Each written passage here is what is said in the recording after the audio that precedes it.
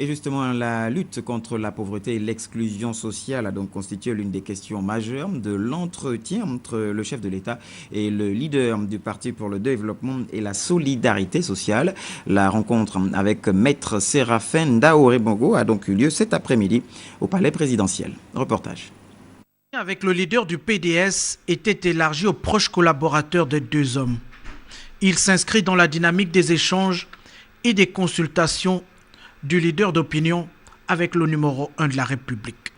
Vous savez qu'un leader d'opinion, qui représente quand même 12 600 électeurs dans le pays, il est dans l'ordre des choses qu'il puisse discuter avec le chef de l'État, exposer des situations. Le scrutin local du 14 décembre dernier a consacré l'ancrage du PDS parmi les formations politiques les plus crédibles de la nation. Le PDS est un parti ouvert, un parti qui, au niveau des collectivités locales, souhaite co-gérer avec tous les partis politiques lorsqu'il s'agit d'une co-gestion de proximité. Dans ces cadres-là, nous avons déjà co-géré avec le PDG. Nous avions souhaité, notamment dans certaines villes, poursuivre cette co-gestion. Avec 12 600 suffrages exprimés en sa faveur, le parti cher à Maître Séraphin Dao aujourd'hui constitue un interlocuteur de choix sur l'échiquier politique national, mais aussi un véritable promoteur du développement et de la solidarité sociale. Parce qu'au fond, quel est le vrai problème du Gabon? C'est la pauvreté. Le vrai problème du Gabon, c'est le sous-développement, qui sous-entend bien entendu la pauvreté. Le vrai problème du Gabon, c'est quoi aujourd'hui? C'est la précarité. Lorsqu'on s'attaque à ces mots, on s'attaque à l'essentiel. Le fait que le président soit résolu, déterminé à combattre ces mots à la suite d'un rapport qui a été fait par un organisme international, donc un rapport objectif. Encore que je suis surpris agréablement, une façon de parler, puisque je pensais qu'il y avait beaucoup plus de pauvreté.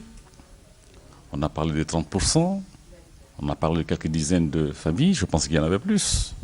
Mais, écoutez, ne pas être convaincu par ce discours, ce serait de mon côté un peu malhonnête. Le problème est celui-ci. Maintenant, du discours, il faut passer aux actes. Pour ce qui est de la volonté affichée par le chef de l'État. Si l'échange du palais présidentiel s'est achevé sur une note positive, à tout point de vue, il participe également à la consolidation de la démocratie au Gabon. Et puis bientôt des usines de traitement de déchets biomédicaux et hospitaliers au Gabon. Le projet en voie de financement a donc été évoqué hier du côté du ministère de l'Intérieur où Guy Bertrand Mapangou, le patron de ce département, a reçu une délégation de la Banque nationale de Paris.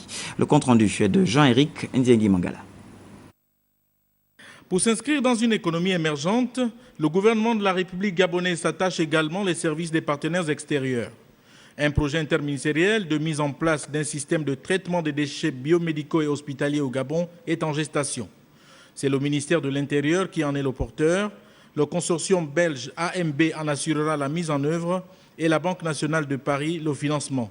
C'est l'objet de la présence de cette délégation de la BNP chez Guy Bertrand Mapangou.